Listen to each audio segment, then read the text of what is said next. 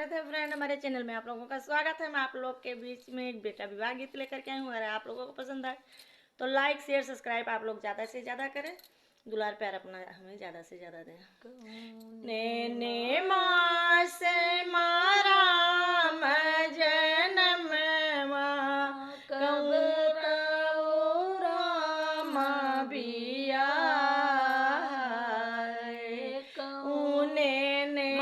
असराइया लाए गवनवा राम चले मन बास रे कौने ने मस राम लाए गवनवा राम चले बन बास रे मास राम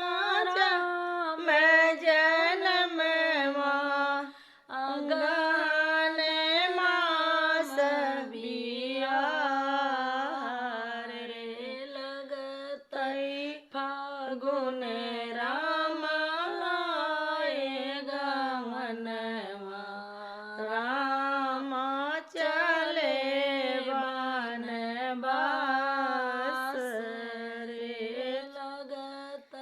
फागुन राम लाए गवनवा राम चले बन बास राम यो लक्ष्मण बन का चले हैं सीता चली आई साथ रे राम यो लक्ष्मण